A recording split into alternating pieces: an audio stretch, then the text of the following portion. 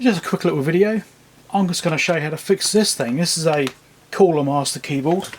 Belongs to my stepson. He said to me today that it's been playing up and half the keyboard is not really working. So this half hasn't been working correctly. These buttons, push them, nothing happens. Usually. Sometimes they'll work, but usually not. This half was working okay. So I thought, right, but he already pulled the button caps off and stuff like that to try and give it clean. It wasn't any of that. Anyway, I've already taken the screws out and I'll show you the inside. I've already taken the screws out, all sitting over here on the bench. Okay. And this is what the inside looks like. So it's basically a rubber membrane, standard keys, you know, it's fine. Nothing particularly thrilling. And obviously a filmed type keyboard, right? Pretty standard stuff, nothing that's exciting. So what happens is this membrane, you've got the traces on this film, come over here onto this flex, I suppose you could say, is really comes over to this flex over here, turns to a flex, which is then clamped down. I've taken the screws out already, kind of, I'll explain that in a second, onto this board here. I'll take this out of the way. There is the board which connects through. So we've got terminals here which get through onto the actual flex. These are the connections here, and obviously on the membrane side these are relative connections on this side. So they all connect together, it clamps down and connects it. Also you've got an extra connection here which is for the LED backlighting, because it's got a big backlight thing on here so it all lights up. Pretty simple thing. Most keyboards are pretty much like this, very simple. So what I've actually found is what's wrong with it is actually, I found it pretty quickly actually. It is obvious when I started stripping it down. So I'll put this back down again like this, and I'll put this clamp back on. When I started stripping this down, it's got 3 screws that go in it, obviously through each hole. So there's a little plastic post in each screw hole.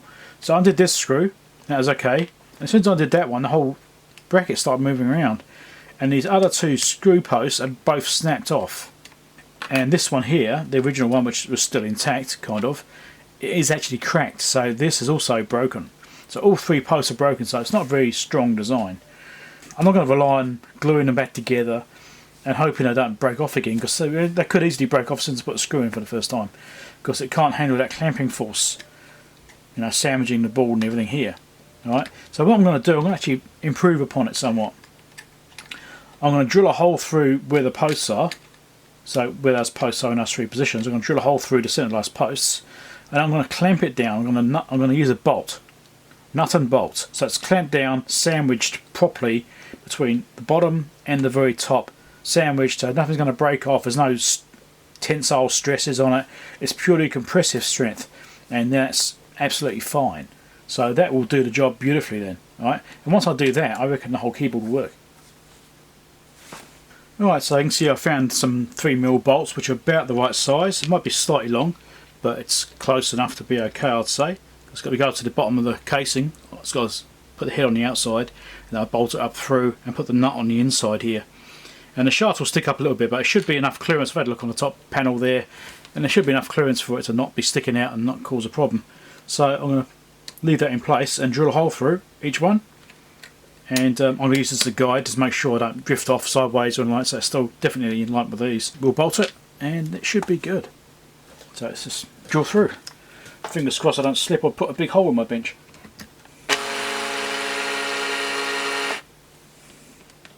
Let's do this, lift this up.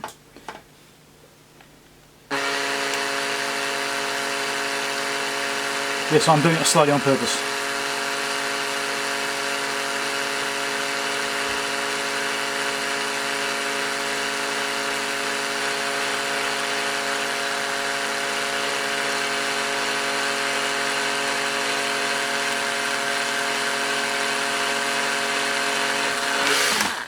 For that reason, so I don't damage my desk when I get through. Okay, so what I can actually do now is actually clamp it down with the first one. That means it's definitely aligned, and then I'll do the other end and I'll do the middle and we'll be good. So let's just get the first one through.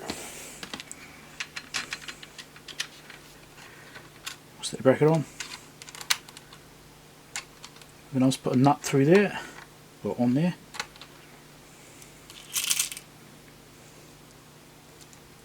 Relying on tensile stress on a piece of plastic is, well, not good. Right, let's get that. Plastics don't like tensile stress. Compressive strength, not so much of an issue, but most plastics don't like tensile strength. because they've all got weak points and it's the nature of making plastics. But if you use compressive strength instead, they're generally a bit more forgiving. Okay, so I'll do this up slightly, don't have to be too tight, also I've got to get the alignments all done properly and clamp down fully with that, otherwise it might tip up a bit. But that's that one basically in place, so that'll hold it in alignment. Okay, I'll do for now. Now I'll do the other end, draw that one through, do exactly the same thing, repeat the process, and I reckon it'll work. Just for the sake of ease of access.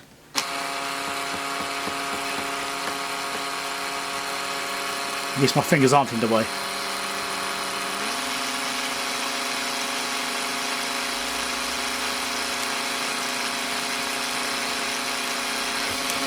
Yep.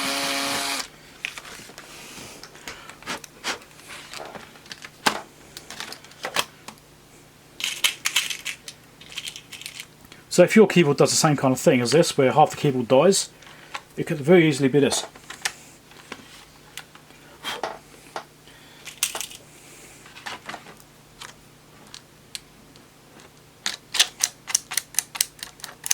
Right. Obviously this is pulled out right now. I should put it back in again before I tighten it down.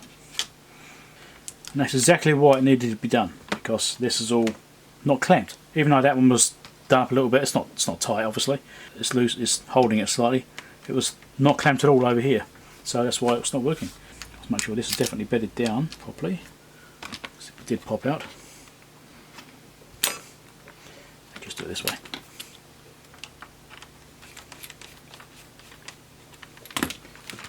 We'll take that one under there, make sure it's definitely in. It's all good. And I'm going to tighten this one down.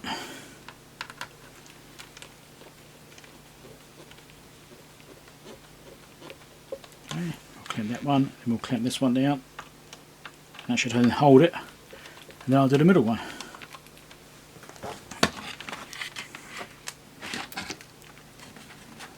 Now I think this one's the middle of a foot, is it? Yes it is, but it shouldn't matter. It might actually mean I can use a shorter bolt actually. Okay. So this one could probably use a shorter bolt. Let's have a look, see if we can get enough on there. I'll do a different size bolts. That one's too short, doesn't come right through. That's okay. I might have to find another one which I can use. Let me see what I've got. Right, so it's all in place. I've already checked the height of this one, it's all actually okay. I did put one nut on the bottom on the other side by the head of the bolt, just to space it very slightly, and that has done enough of a difference there to make it work. Now to tighten them all up, I'm actually going to do the middle one first. I want a fairly firm connection on there. So I'm probably going to put some extra feet on the bottom of this to allow for the fact of these bolt heads are sticking up. But that's not a big deal, that's only really minor. But it doesn't have to be that tight really, because of the original screws couldn't have been this that tight originally. Alright, so that's that down. That should now work. Okay, it's looking on the bar is actually bent down a bit. Maybe I'm over tightening this one. Maybe there's a bit of a gap there, so I think this one's over tightened. So I think I'll turn that one back down again. Otherwise it will be too much for that bar, and it won't actually, it will lift up, it will bend down here and lift this end up in the middle, lift that section up, and then it won't compress properly, which kind of defeats the purpose of doing it. So let's just check a straight edge if I can, and just check to make sure that's not bowing. It is a little bit hard to actually get onto it, but it's not much. I think I'll just over tighten the ends very slightly. I'll loosen this one off just a little bit, because if it's bowing it will lift it up in the middle potentially, and then it can potentially come back later on, because there's no give in it, it's like dead flat, so any warping will cause problems. So that should now work. So I'm going to blow a bit of debris out from drilling it, and we should be able to put it back together and test it. Right, I've just tested it, it seems to be working okay, so I'll put the thing back together. I'm not going to show you it working, it's just easier just to say it works. Alright, so flip it back over. Now when you get these keyboards apart, there's actually some hidden screws. I don't know if there's a foot missing in the middle here, maybe it wasn't installed, I don't know. It doesn't appear to be any adhesive, so it may have never been installed. but underneath these two corner pads are hidden screws. You don't actually have to take the pad off. You can actually find the screw with the screwdriver tip just by pushing for depression. You can actually then just shove the screwdriver in and use it, and it'll actually pierce the rubber foot and allow you to unscrew it without removing these pads. Just a little tip. So now it chucks the screws in and we'll put it back together. Pulled up, maybe. That's going in, that's alright. First step is to get the thing so it doesn't fall apart, and then we'll tune it, as it were. Okay, there's that one in there. Now, I don't even see it yet, but there's a little screw just popping up because it's sitting there. You can just see a little hole, maybe, over there. Just popping up. And this will do the same if I squeeze on it. See it? Popping up there, there's a little hole, which is where I shove the screwdriver through. So that means I can do this, and it hasn't destroyed the rubber pad, and it's still fine. Do the same on this one.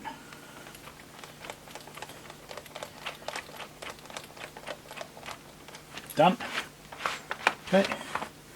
And we'll just reverse the process now. I'm putting over a few screws left over because I obviously had the screws from the original bracket that were in there, and obviously, you know, they're no longer an issue because there's no longer those screws used. So there'll be a few screws left over at the end, so I'm not too worried about that.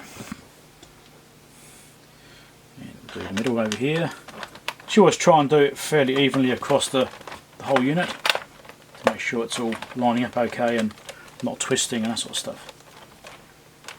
Over there. Okay, do this one as well. Then just go around and fill in the gaps. There was one screw I think didn't fall out. This one over here is still sitting inside it, so I should be able to do this one up.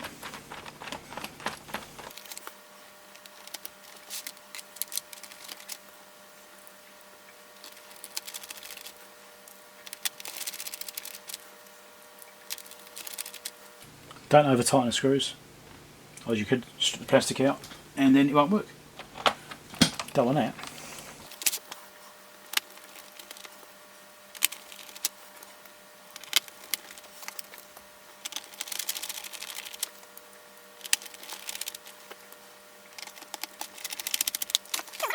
That's back together. Now you can see the three screws, well, three bolts I'm putting through here. The question is, are they proud of the surface for the feet or not? I actually think they might be alright. They might be okay actually. I might not need to put any extra feet on. There's an option is you can get these stick-on feet, right? I've got some here. See this little bag. You can get different sizes, different heights, you can get little thin ones and stuff. These are quite big, chunky ones. I do have some thinner ones as well, which are like these ones here, little domed type. And I'm thinking if I needed to, I could just put some extra feet on, you know, one here in the middle, one over here, and just tip the back up very slightly to clear these screws, if necessary. But they might be okay. But that's an option, you know, if it's something to consider. That when you do put bolts through things, you need to make a clearance for the bolt head. Right, so that's that together. And as you can see, it's got a original tipping foot, which is missing. Right, if that is in place, that might have still been okay. It's close to that bolt head. It might have been alright, maybe. That's back together. So it's powered up. Can't show you it working. Not over here anyway. So I can show you it lighting up. My power supply isn't recognised it's got something plugged in. It lit up when I plugged in the computer. Let me see if I can reach this over there. So I can just plug it into my computer. The wire is just long enough to reach. So you can just see there's a red backlighting there. At the moment it's red anyway. I think it changes colours. Anyway, it's there. So you can see the backlight is at least working. I can give that to him. I'm sure my stepson will be happy. I should actually tell you what it is too. It's a Cooler Master Devastator 3. Oh, yeah. Gaming stuff. I don't know. Anyway, made in China. Yeah, that's anxiety these days. Model number is an SGB-3000-KKMF1-US. You got that? There's the actual model number and all the information you need about it. So if you found that repair interesting, make sure you like the video. Definitely give me a thumbs up. Subscribe if you're interested in repairs. Not necessarily computer repairs, I don't do many computer things, but you might find it interesting anyway, the other stuff I do. I also will have some playlists at the end of this video, other repairs I've done, which will probably be some computer related stuff. You may find those interesting as well. Fixed some Wi-Fi cards, stuff like that in the past. So go and check those out if that interests you. Also do mailbag and things like that. So I do a lot of stuff. I do about 3 videos a week of different subjects. So if you're not familiar with the channel, then you might be going to check those out and see what else I've been making. I've done over 760 videos at the time I record this one. So there's a lot of stuff. Right, I'll catch you later. I'll go and give this back to the boy, and I'm sure he'll be happy. Catch you later. Bye.